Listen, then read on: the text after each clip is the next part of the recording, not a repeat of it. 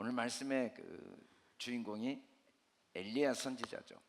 이스라엘 역사를 간단하게 보면 다윗 왕이 지금으로부터 3200년 전 BC 1000년에 1010년에 왕이 되어서 40년 동안 왕의 자리에 있다가 BC 970년에 하나님의 부르심을 받습니다. 그리고 솔로몬 왕이 970년부터 40년 BC 930년까지 이스라엘 통일 이스라엘 왕으로서 최고의 번성기를 누렸는데, 솔로몬의 우상 숭배로 인해 아들의 때, 르호보암 아들의 때 우리나라처럼 남과 북으로 나라가 나누어집니다. 그래서 북쪽 이스라엘, 남유다, 이 남유다 이스라엘 왕국을 배반하고 대적하고 열 지파가 따로 북쪽 이스라엘 나라를 이루게 되죠. 여로보암 왕을 중심으로.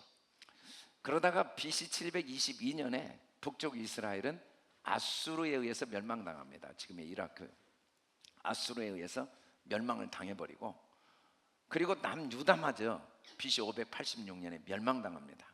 하나님께서 이스라엘 백성을 다시 BC 536년부터 귀환하게 하시는 내용이 나오죠.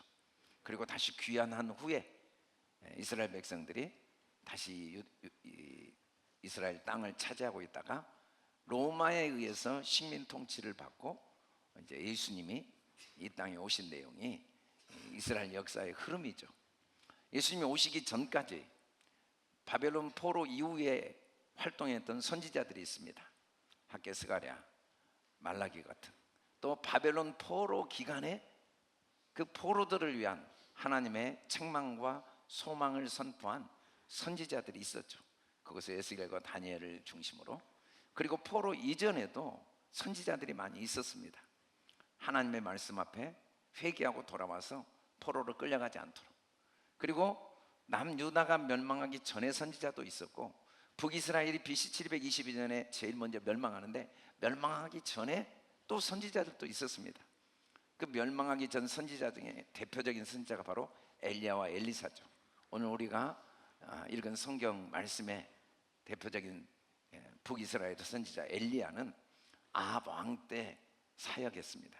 지금으로부터 약 2800~900년 전 BC 876년부터 854년 남쪽 왕은 아시아 왕이었죠. 엘리야 이야기는 우리가 매주 당분간 매주마다 조금씩 살펴볼 계획입니다. 우리가 성지순례 가면 항상 방문하는 갈멜산에 바알과 아세라 선지자 850명을 죽인 내용이 나옵니다. 그리고 엘리야의 선포로 재앙이 이스라엘에 임하게 되죠. 3년 반 동안 비가 내리지 않는. 그리고 엘리야의 기도로 재앙이 멈추고 비가 내리는 하나님의 은혜의 역사가 시작된 내용이 이 성경에 엘리야의 이야기로 기록되어 있습니다. 엘리야가 사역하던 시대의 왕은 아합 왕입니다.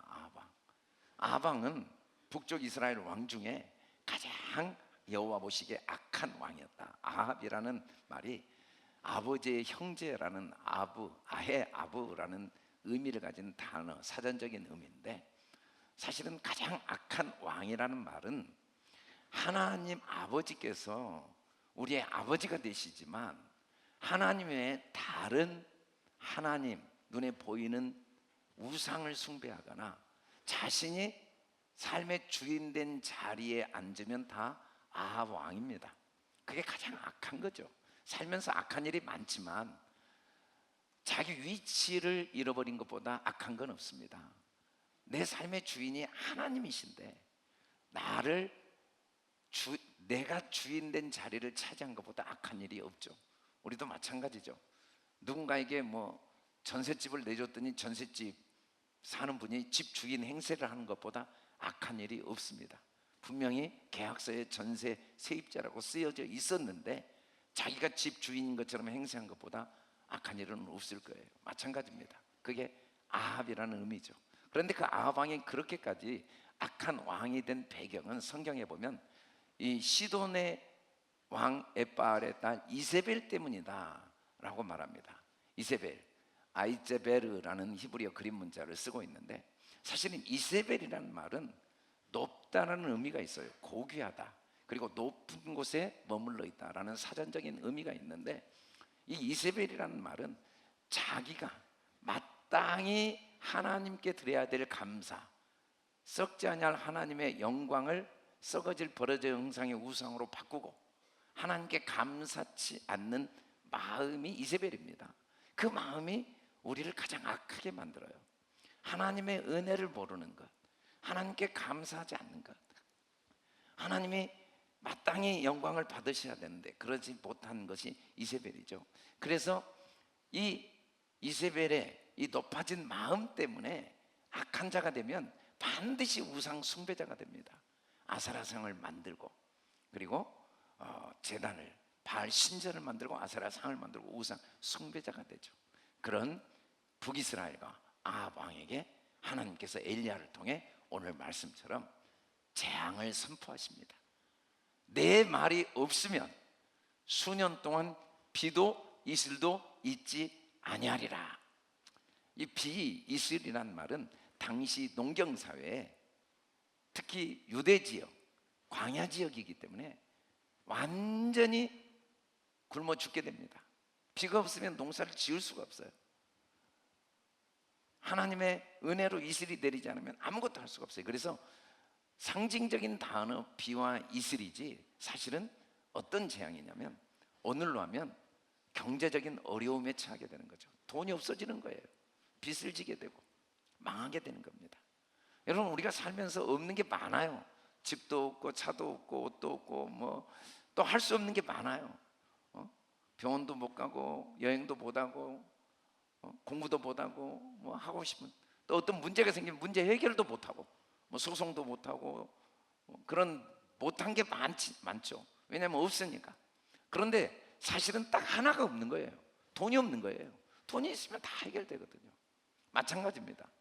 재앙은 뭐냐면 가장 중요한 게 없어요. 비가 내리지 않아요. 이슬이 내리지 않아요. 경제적인 어려움에 처하게 되는 재앙. 그로 인해서 많은 문제들이 생긴 거죠. 신체적인 문제, 관계의 문제, 많은 분들이 가정의 어려움을 겪는 이유도, 부모와 자녀의 어려움을 겪는 이유도 사실은 경제적인 어려움 때문입니다.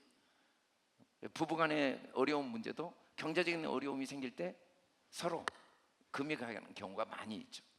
그런 재앙을 선포했죠. 사람들은 하나님이 우리에게 자기 목숨을 내어주신 분이라는 걸 믿고, 하나님이 우리에게 은혜 주신 분이라는 걸 믿고 있다는 사실 때문에 하나님이 재앙을 주신다는 사실을 잘 받아들이지 못하는 경우가 있어요. 그런데 하나님의 은혜의 여러 방법 중에 재앙도 포함되어 있습니다. 하나님은 사랑하시는 자를 징계하시고, 징계가 없으면 사생자다. 어떤 부모가 자기 자녀를 잘못된 길을 가는데 방관할 수 있는 부모가 있겠습니까? 멸망의 길로 걸어가는데 그걸 그대로 보고 있을 부모가 어디 있겠습니까? 반드시 그 길을 가로막고 징계할 수밖에 없는 거죠. 그래서 하나님이 우리에게 목숨까지 주신 사랑의 여러 모든 것을 우리에게 아낌없이 주신 여러 은혜의 방법 중에 하나가 징계입니다. 재앙이죠. 그래서 하나님은 재앙을 선포하신 거예요. 우리는 재앙이 싫습니다. 재앙이 있는 것을 없애고 싶습니다. 또 재앙이 오는 걸 막고 싶습니다. 그래서 고민을 많이 하는 거죠. 우리가 왜 그렇게 돈 하겠습니까? 재앙이 갑자기 닥쳤을 때 해결할 방법을 미리 찾고 있는 거죠. 왜 우리가 그렇게 고민을 많이 하고 그렇게 연구를 많이 하고 그렇게 이 사람 저 사람을 끊임없이 살피고 세상을 살피겠습니까? 재앙이 내게 다가오지 않도록, 내게 오는 재앙을 내가 미리 막도록, 혹시 재앙이 온다면 그걸 해결해야만 되기 때문에 고민하는 거죠. 그러나 아무리 우리가 노력해도, 아무리 연구를 많이 해도, 아무리 돈을 많이 쌓아놔도, 아무리 힘쓰고 했어도 이 재앙이라는 게 우리 힘으로 막아지는 게 아닙니다. 하나님의 재앙으로 우리를 치시는데, 하나님이 치시는 재앙을 사람이 막을 수 있는 게 아니에요.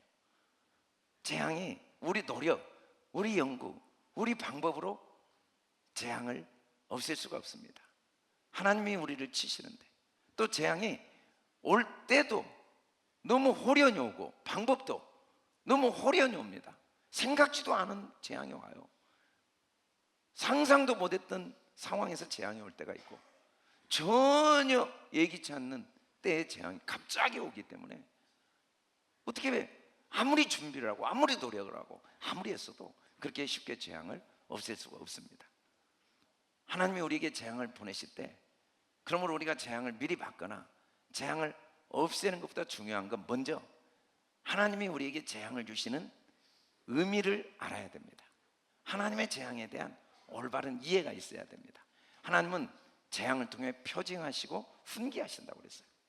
성경 66권에 하나님이 우리에게 수없이 말씀하십니다. 내가 너를 위해 목숨까지 주었다. 내가 너를 사랑한다. 내가 너와 함께한다. 그게 그렇게 중요하지가 않아요. 눈에 보이는 현실이 훨씬 중요해요. 하나님이 아무리 말씀하셔도, 아무리 나를 믿고 나를 신뢰하고 나를 섬기고 아무리 주님이 그렇게 말씀하셔도 실제로 삶에서는 다 현실이 훨씬 중요하고 내 경험이 더 중요하고 내 판단이 훨씬 중요하고 내 생각이 훨씬 중요한데, 재앙을 만나면 그때서 내 경험, 내 판단, 내 생각이 얼마나 허무한 것인가, 얼마나 미련하고 어리석은 것인가, 사람의 죄가 알고 보니까 얼마나 어리석은 것인가, 나의 그 경험, 나의 판단이 얼마나 부분적이고 한계적인가, 하나님 말씀만이 얼마나 진리인가를 깨닫게 해주는 표징입니다. 재앙을 만나면 그때서 야, 진짜 성경 한 구절도 단 한 말씀도 틀린 말씀이었구나, 하나님이 하신 모든 말씀이 그대로 진리구나, 아무리 내 생각과 다르고 아무리 내가 이해가 안 되고 아무리 받아들일 수 없어도 하나님 말씀을 그대로 믿고 가야겠구나 라고 그 말씀이 다 진리로 깨달아지는 표징이 바로 재앙이죠. 재앙을 만나면 그때서 그냥 여러 이론 중에 하나, 그럴듯한 말로 들렸던 성경, 그냥 입으로만 읽고 그냥 글자로만 보았던 성경이 삶의 기준이 되는 훈계가 되어지는 게 재앙입니다. 사실은 사람들이 말씀 앞에 쓰기보다 재앙을 스스로 해결하기 위해서 환경을 바꾸려고 해요. 공간을 떠나고 장소를 떠나고 또 시간이 흘러가기를 원해요. 그러나 어디로 간다고 재앙이 없어지는 게 아닙니다. 하나님이 내리신 재앙이 내가 노력한다고 뭐 상황을 바꾸고 뭐 경제적인 문제를 해결하고 이것저것 해결한다고 재앙이 없어지는 건 아니에요. 재앙은 하나님을 떠난 것이 재앙이에요. 만일에 재앙을 통해 하나님께로 돌아온다면 그 재앙은 다시 축복의 기회가 됩니다. 우리는 꽉 갇힌 어둠의 감옥 속에 갇혀 있는 인생이에요. 재앙은 그 어둠의 감옥이 깨어지는 순간이고, 그 재앙을 통해 하나님의 진리의 빛이 조금씩 내 안에 들어오는 거죠. 재앙을 통해 내 마음이 깨어지고 내 생각이 깨어지고 내 기준이 깨어지면서 하나님의 진리의 빛이 들어오기 때문에 재앙은 하나님께로 돌아갈 기회지, 내가 노력하고 힘쓰고 애쓴다고 내 삶의 재앙을 막거나 해결할 수 있는 건 아니라는 겁니다. 그래서 재앙에서 살아나기 위해서 제일 중요한 건 하나님께 피해야 돼요. 여러분, 고난이 유익이지만 다 유익을 받는 게 아니에요. 재앙이 축복의 사다리입니다. 여러분, 재앙은 또 다른 하나님의 진리의 영역으로 올라갈 기회예요. 재앙이 없으면 내 생각이 깨어지지 않아요. 재앙이 없으면 그 갇혀있는 감옥에서 나오질 않아요. 재앙 때문에 고통하다가 내 생각이 깨어지고 하나님의 진리의 빛이 들어오죠. 그 재앙이 점점 주께로 가까이 가는 가장 큰 복, 최고의 은혜를 누리는 사닥다리가 되는 게 재앙이에요. 그러나 모두가 재앙의 때 사닥다리로 올라가는 게 아니에요. 모두가 고난의 때 유익을 보는 게 아니에요. 끝까지 재앙의 때 하나님께 돌아오지 않고 문제만 봐요. 상황만 봐요. 끝까지 문제 상황에 매몰되어 있고 하나님께 마음을 절대 돌이키지 않아요. 여전히 입술로는 주님 주님이지만 마음은 여전히 내 생각에 딱 잡혀 있어요. 내 기준에 딱 잡혀 있는 동안에 어리석은 자가 되어 계속 해를 받습니다. 그러나 슬기로운 자는 재앙의 때 하나님께 피합니다. 아멘. 재앙의 때 우리가 살면서 얼마나 많은 재앙이 있습니까? 부부간에도 살다 보면 어려움이 있어요. 갈등이 있고 오해가 있고 다툼이 있습니다. 부모와 자녀도 내 뜻대로 안 되는 게 자녀 문제예요. 자녀들도 많은 문제들이 있고 어려움이 있고, 아무리 어릴 때는 잘 말 듣던 아이들도 시간이 지나면 그릇된 길로 갈 때가 있어요. 사업도 그렇게 확실하게 100% 확률을 가지고 시작했는데도 생각지도 않았던 위기를 맞이할 때가 있어요. 그렇게 아무 의심 없이 안전한 길로 갔는데도 사고를 당할 때가 있습니다. 뭐 그러니까 방어운전은 꼭 해야지. 아니, 방어운전을 완벽하게 했는데도 사고가 날 수 있는 게 사람이에요. 그게 재앙의 특징입니다.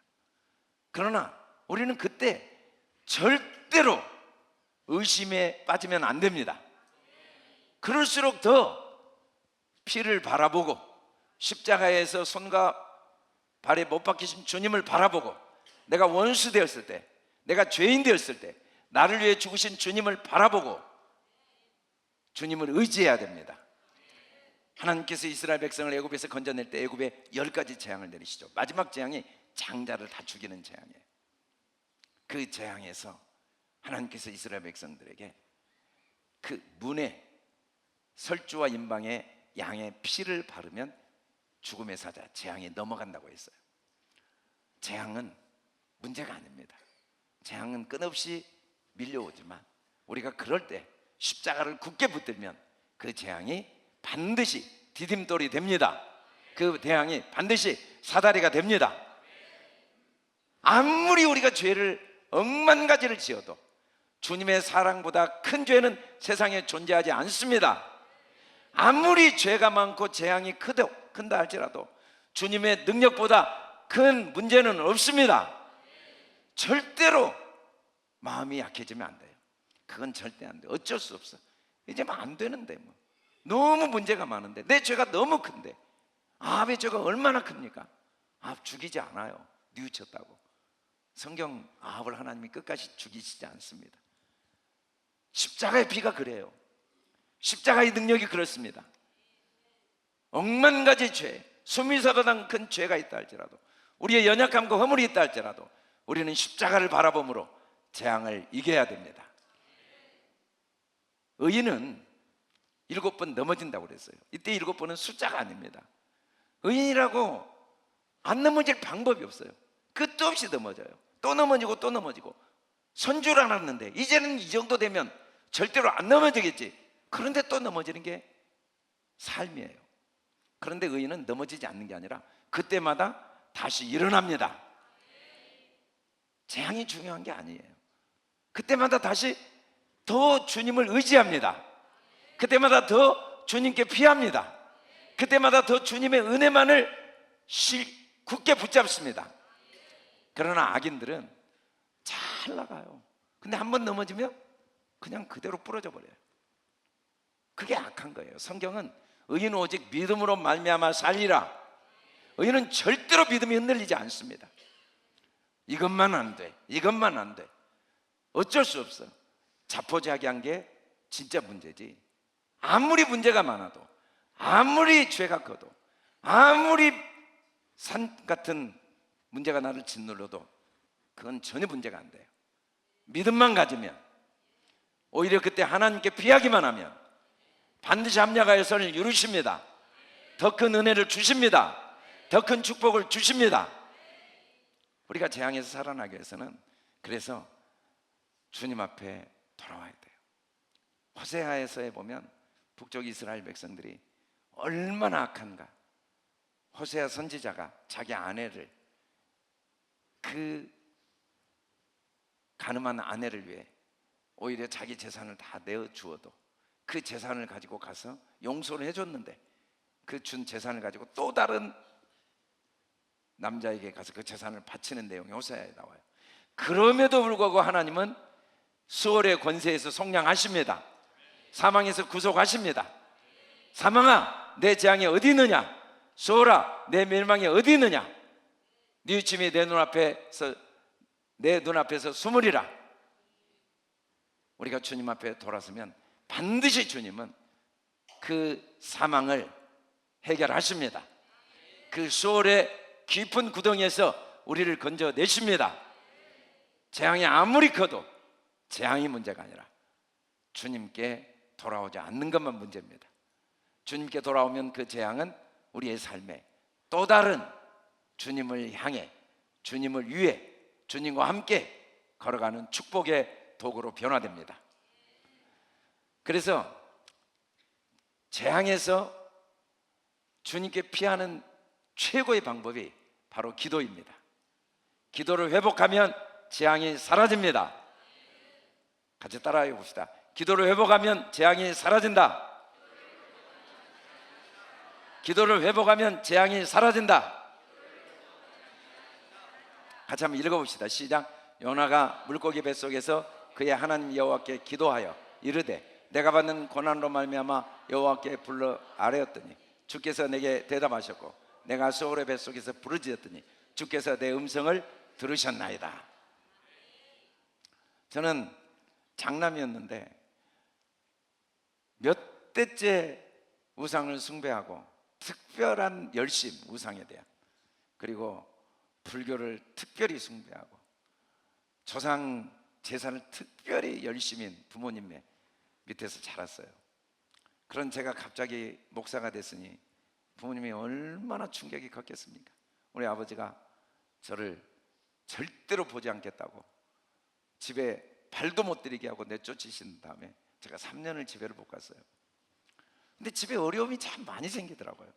막내 동생이 학교에서 사고가 나서 어려움이 생기고, 어머니도 어려움이 생기고, 어려움이 많이 생겼어요. 그때마다 동생들이 전화 와가지고 오빠 때문에, 형 때문에 그런다는 이야기를 많이 했죠. 엄마 아빠가 마음 상하고 낙심하고. 그래도 우리 아버님이 열심히 정말 특별한 분이었어요. 우리 아버님은 우리 교회 와서 16년을 같이 계셨는데 우리 성도들이 다 정말 얼마나 열심히인지 16년 동안 새벽 기도를 아무리 아파도 안 빠져요. 그리고 새벽 끝나면 이 먼지까지 다 혼자 치우고 다녀요. 그렇게 열심히 했어요.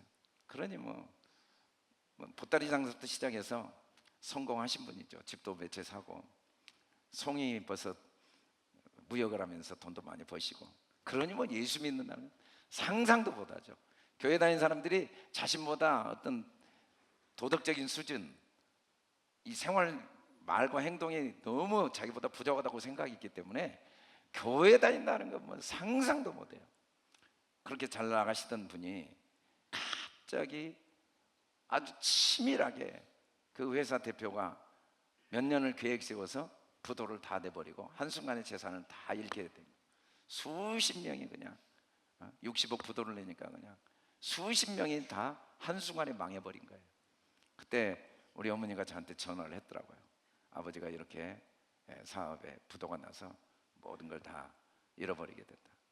이제 뭐 다 그때 돈으로 제가 20대 후반이니까 40년 전에 9,700만 원을 잃어버렸으니 집 몇 채였죠. 근데 신기하게 저도 왜 그랬는지 모르겠어요. 어머니 걱정하지 마세요. 제가 기도하겠습니다. 하나님이 도와주십니다. 왜 그렇게 저도 이야기했는지 모르겠어요. 사실은 제가 믿음이 있어 한 이야기는 아니었거든요. 근데 며칠 후에 전화가 왔어요. 그 60억을 부도낸 사람이 밤 10시에 남은 우리 아버지 집을 찾아왔대요. 대구분인데 현금 1억을 들고 와가지고 아무한테도 이야기하지 말라고 하고 아버지만 돈을 딱 주고 가신 거예요. 아버지가 그날 전화 와가지고 저희 아파트를 하나 사주셨어요. 저는 절대 안 받았거든요. 제가 이거 받으면 하나님의 종이 아니라 아버지 종 됩니다. 저는 하나님이 준 돈으로 살지 아버지가 준 돈으로 산. 아버지가 몇 달을 저를 설득하더라고요. 이게 내가 준 돈이 아니라 하나님 준 돈이다.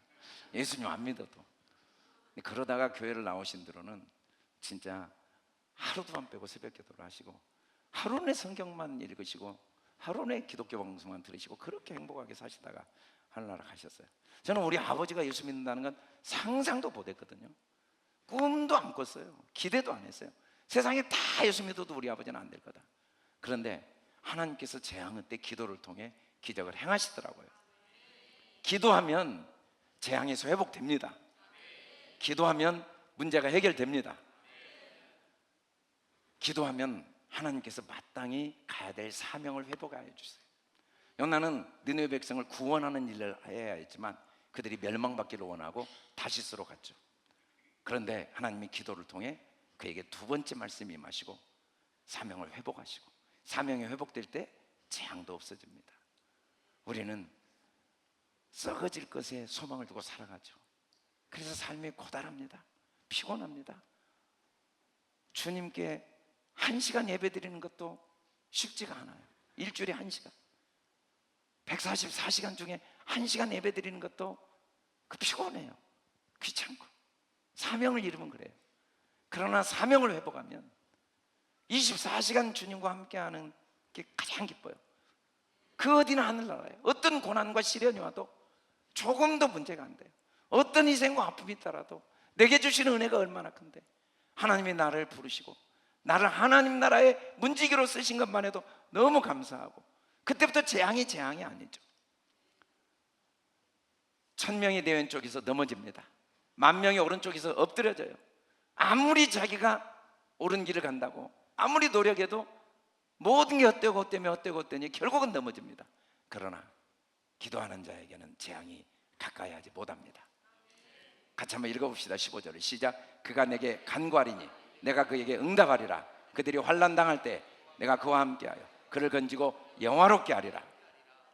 기도하지 않아도 문제가 해결되지 않습니다. 기도해도 문제가 해결되지 않을 때가 너무 많습니다. 그래서 기도하지 않죠. 그러나 여러분, 기도하지 않고 문제가 해결되지 않는 것과 기도하고 문제가 해결되지 않는 건 하늘과 땅 차이입니다. 기도는 반드시 하나님이 응답하십니다. 반드시 하나님이 더 좋은 것으로 주십니다. 우리가 받지 않으냐면 구하지 아니하기 때문입니다. 다윗의 기도는 지금도 응답되고 있습니다. 바울의 기도는 지금도 응답되고 있습니다. 예수님의 기도는 지금도 응답되고 있습니다. 내 기도는 하나도 땅에 떨어지지 않습니다. 내 자녀, 내 손주 대를 위해 응답되고 있습니다. 여러분, 기도해도 자녀가 죽어요. 욥처럼. 기도해도 재산을 다 잃어요. 기도해도 온몸에 병이 들고, 기도해도 사람들이 조롱하고 비웃고, 심지어 아내마저 차라리 하나님을 저주하고 죽어라. 기도 안 해도 그런 일이 일어날 수 있지만 기도해도 그래요. 그런데 기도 안 하고 재앙이 일어나는 것과 기도하고 재앙이 일어나는 건 하늘과 땅 차이라는 걸 항상 기억해야 돼요. 그 기도는 반드시 응답됩니다. 대를 이어 천대까지 하나님이 그 기도를 반드시 갚아주십니다. 때가 되면 반드시 그 고난이 영광의 도구가 됩니다. 그 시련, 그 아픔, 그 눈물이 영광의 도구가 됩니다. 그래서 기도자만이 재앙을 막을 수 있죠. 기도자는 원인을 정확히 알아요. 아방이 엘리야를 찾아와서 소리를 지릅니다. 왜 이스라엘 백성들이 나와 우리 백성들에게 비가 내리지 않는 재앙을 선포해서 이 고통을 당하게 하느냐? 너무 괴로우니까. 그때 엘리야가 뭐라고 합니까? 내가 이스라엘 괴롭게 한 게 아닙니다. 당신과 당신의 아버지 집이 괴롭게 하였습니다. 여호와의 명령을 버렸고 당신이 바알을 따라서 고통을 당한 겁니다. 원인이 죄죠, 죄. 기도하면 누구도 원망하지 않습니다. 무엇도 탓하지 않습니다. 기도하면 마음의 중심을 하나님께로 돌이키는 유일한 해결 방법을 깨닫게 됩니다. 기도하지 않는 사람은 평생 헛다리를 긁습니다. 문제만 보고 다닙니다. 사람만 보고 다니고, 이 문제 해결하면 또 이 문제가 옵니다. 이 문제 해결하면 또 이 문제가 옵니다. 이것만 해결되면 괜찮을 것 같지만 또 다른 재앙이 옵니다. 물질 문제 해결하면 또 관계 문제, 관계 문제 해결하면 건강 문제, 건강 문제 해결하면 또 다른 내면의 문제, 끝도 없이 문제가 옵니다. 그러나 기도한 사람은 재앙이 아무리 빌려와도 그때마다 원인을 정확히 합니다. 그때마다 더 주님을 향해 갑니다. 저는 사실 인생에 큰 재앙을 몇 번 만났는데, 선교단체에서 아무 대책 없이 나왔을 때 너무 큰 재앙과 고통을 당했습니다.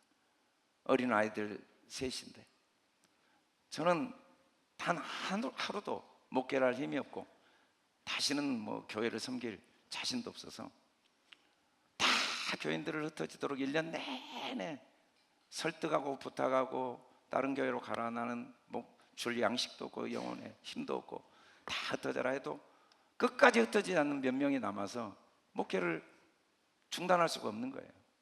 저는 빨리 외국으로 나가고 싶은데, 그럼 어쩔 수 없이 지금 대전에 있는 이춘호 목사님이 참 충성스러운 교회로 온 전도사였거든요. 그래서 딱 불러서 며칠 3일을 설득했죠. 이 교회를 당신이 맡으십시오. 저는 도저히 못하니까. 저는 못합니다. 저 안 됩니다. 저는 자격이 충분히 있습니다. 걱정하지 마십시오. 끝까지 설득하니까 목사님의 이 말을 거역할 수가 없으니까 마지막에 알겠습니다. 그럼 제가 맡겠습니다. 그래서 이제 아이고 나도 이제 살았나, 이제 드디어 나도 이제 목회를 안 하고 교회를 안 해도 되는구나 하고 이제 집에 딱 들어가서 모든 것을 다 내려놓고 홀가분하게 누워 있는데 딱 막 침대에 대낮이었죠. 눈 뜨자마자 눈에 보이지 않는 손이 제 목을 누르더라고요. 숨을 쉴 수가 없어요. 제 아내가 왜 그러냐고 그러는데 대답도 못했어요. 근데 저는 알았어요. 하나님이 저를 누르시고 계신가. 하나님의 말씀에 불순종하고 내 뜻대로 가려고 하는 걸. 그래서 제가 마음속으로 기도했죠. 하나님, 제가 순종해서 한 명이 있어도 교회를 섬기겠습니다. 목에 손이 탁 풀리더라고요. 그래서 어쩔 수 없이 교회를 했어요. 1년 동안 새벽 기도를 혼자 했습니다. 성도들이 안 나왔어요. 진짜 시편 1편 1장부터 150장까지 새벽 기도를 혼자 인도할 때 많이 나오면 2명, 외부 교인이 1명, 그렇게 교회를 개척했어요. 그런데 지금 생각하면 하나님께서 그 재앙을 통해 철저하게 하나님의 부르심을 깨닫게 하신 거죠. 모든 문제가 내게 있다는 걸 알게 된 거예요. 환경이 아니고 상황이 아니고. 우리는 기도하면 정확한 문제를 알게 됩니다. 하나님께서 다윗에게 이스라엘 백성들을 어떻게 인도하셨는가? 주님의 손이 인도하셨거든요. 주님의 그 능력이 일하셨거든요. 그런데 사람 숫자를 세고 있어서 큰 재앙을 만날 때 다시 기도합니다. 기도하니까 재앙이 그치게 돼요. 우리 같이 한번 읽어봅시다. 시작. 기도는 사방에서 공격해오는 적들로부터 우리를 보호하는 무기다. 우리는 기도로 무장되지 않는 상태에서 절대로 앞으로 나가지 않는다. 예, 초대교부 터툴리안의 고백입니다. 여러분, 기도 없이 하루를 시작한다고요? 하루가 시작되지 않았습니다. 기도 없이 하루를 마친다고요? 하루가 맞춰지지 않았어요. 그리고는 날수를 계산한다고요? 날수가 없어요. 그냥 의미 없는 하루예요. 기도 없는 하루가 내 날이 아닙니다. 하나님의 날만이 내 날이에요. 하나님이 하시지 않으면 아무것도 되어진 게 없습니다. 우리 크게 한번 읽어봅시다. 시작. 내가 하면 내가 일하고 내가 기도하면 주님께서 일하신다. 내가 일하면 내가 일해요. 내 일은 다 헛되고 헛되니 모든 게 헛됩니다. 우리가 하죠. 우리가 헌금하고 우리가 기도하고 우리가 노력하고 우리가 뭐 사람도 만나고 이 일도 하고 계획도 세우고, 그러나 기도하지 않고 하는 모든 일은 결국 내 일로 끝나고 그 일들이 결국은 다 헛된 일로 끝나지만, 기도하면 심지어 나를 노예로 판 일까지 나에게 유익이 됩니다. 내가 감옥에 갇힌 일까지 나에게 하나님의 일하신 놀라운 도구로 변화됩니다. 기도하면 주님이 일하십니다. 주님이 모든 걸 사용하십니다.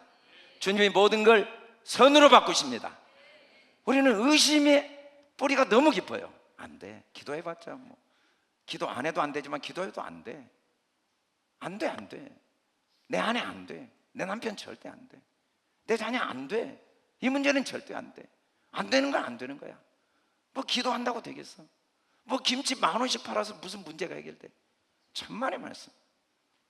기도하지 않으면 10,000원이 10,000원이지만 기도하면 10,000원이 5,000명을 먹이는 오병이어가 됩니다. 기도하면 하나님이 일하십니다. 기도하면 하나님이 역사하십니다. 기도하면 썩어 냄새가 나는 나사로가 살아납니다. 기도하면 혈루병이 치료됩니다. 우리는 기도로 재앙을 막을 수 있습니다. 또 기도자만이 재앙을 해결할 수 있습니다. 예수님께서 겟세마네 동산에서 기도하시면서 제자들에게 부탁하십니다. 시험에 들지 않게 깨어 기도하라. 이 말은 시험이 없도록 해주겠다는 말씀이 아니잖아요. 우리의 육신의 삶에 끝없이 시험이 파도처럼 밀려옵니다. 아무 문제가 아니에요. 시험에 빠지지만 않으면. 시험은 놀라운 서핑을 하는 기회예요. 더 높은 서핑을 배우는, 기술을 배우는 기회가 시험이에요. 문제가 없기를 바라서는 안 돼요. 주님은 우리에게 문제를 없애주겠다고 하시지 않았어요. 경제 문제가 없어지겠다, 물질 문제가 없어지겠다, 인간관계의 갈등이 없어지겠다, 질병이 다 다시는 오지 않겠다라고 하시지 않았어요. 수없이 오지만 깨어 기도하라. 기도만 하면 됩니다. 재앙이 문제가 아니라 기도하지 않는 거죠. 잠들어 있는 게 문제예요. 기도한 사람은 육신의 눈을 감습니다. 현실만 보고 현실만 이야기하던 그 입술이 그 현실을 통해 보이지 않는 손으로 일하시는 주님의 손을 봅니다. 기도하는 사람은 눈이 감깁니다. 이 거짓된 것, 헛된 것, 잠시 있다 없어질 것에 눈이 감기고 끝없이 일하시는 주님의 손을 봅니다. 주님의 능력이 보입니다. 주님의 인도하심이 보입니다. 기도하는 사람은 무릎이 딱 꿇어집니다. 내가 알아서 걸어가는 길, 내 힘으로 걸어가는 길이 아니라 내 발에는 아무 힘이 없습니다. 내 길은 천길 만길을 걸어가도 다 어리석은 길입니다. 주님 나를 인도하여 주십시오. 지금까지 인도하신 걸 믿습니다. 지금도 인도하고 계심을 믿습니다. 앞으로도 반드시 나를 인도하시고 절대로 사망의 음침한 골짜기를 다녀도 해를 당치 않게 할 걸 믿습니다 라는 확신이 생기는 게 기도의 자리입니다. 기도의 사람이에요. 이번에 광명교회 갔더니 목사님이 하신 말씀이 기도하는 사람과 기도자는 전혀 다르다고 했습니다.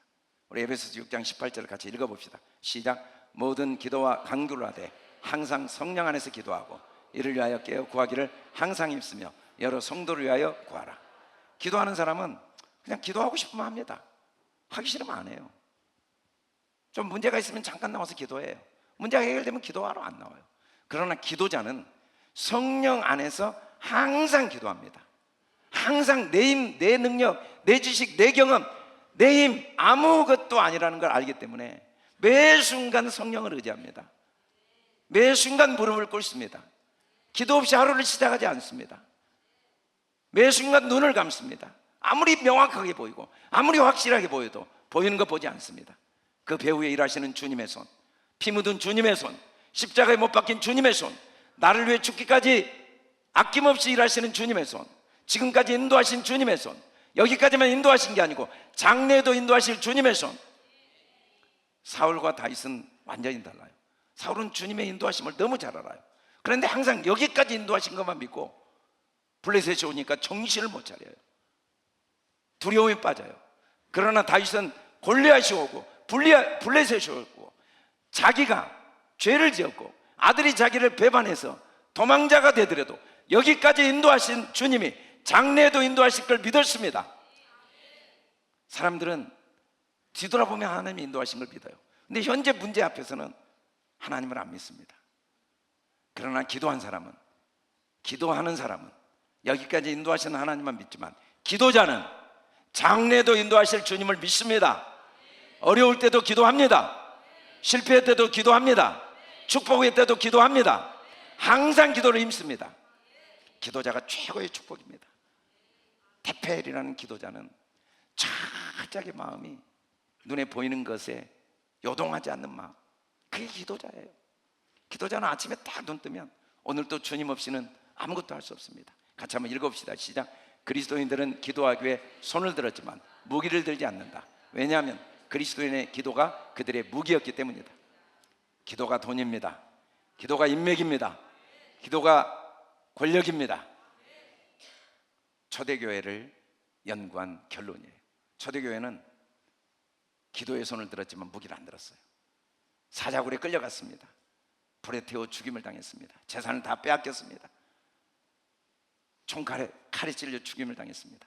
그러나 절대로 무기를 들지 않고 기도의 손을 들었습니다. 로마가 복음화되었습니다. 기도하는 교회. 저도 수백 개 교회를 집회를 다녔어요. 얼마나 많은 교회를 다녔는지 셀 수도 없어요. 5대양 6대주를 다 다녔어요. 33개국에 말씀 전하러 다녀봤어요. 다녀보면 알아요. 딱 가보면 알아요. 교회 분위기가 딱 살아있는 교회가 있어요. 찬양을 해도 달라요. 얼굴들이 달라요. 얼굴이 생기가 넘쳐요. 말이 달라요. 말이 그냥 안 해도 통해요. 말을 많이 안 해요. 뭐 설명할 필요가 없어요. 다 영어로 통하니까. 이해가 안 돼도 이해를 하고 있어요. 뭐 하나님의 선한 뜻이 있겠지. 갈등이 없어요. 그런 교회의 특징은 다 부르짖는 기도가 있었어요. 기도하는 곳에 마귀가 틈타지 못합니다. 기도가 약해지면 마귀가 들어오기 시작합니다. 기도하는 가정에 얼굴이 밝습니다. 문제가 없어서가 아니에요. 갈등이 없습니다. 대화가 없어요. 없는데 다 통해요. 그냥 말이 다 통해요. 영어로 다 통하는 거예요. 기도하지 않는 게 모든 문제의 원인입니다. 기도하면 하나님이 역사하십니다. 기도가 최고의 무기입니다.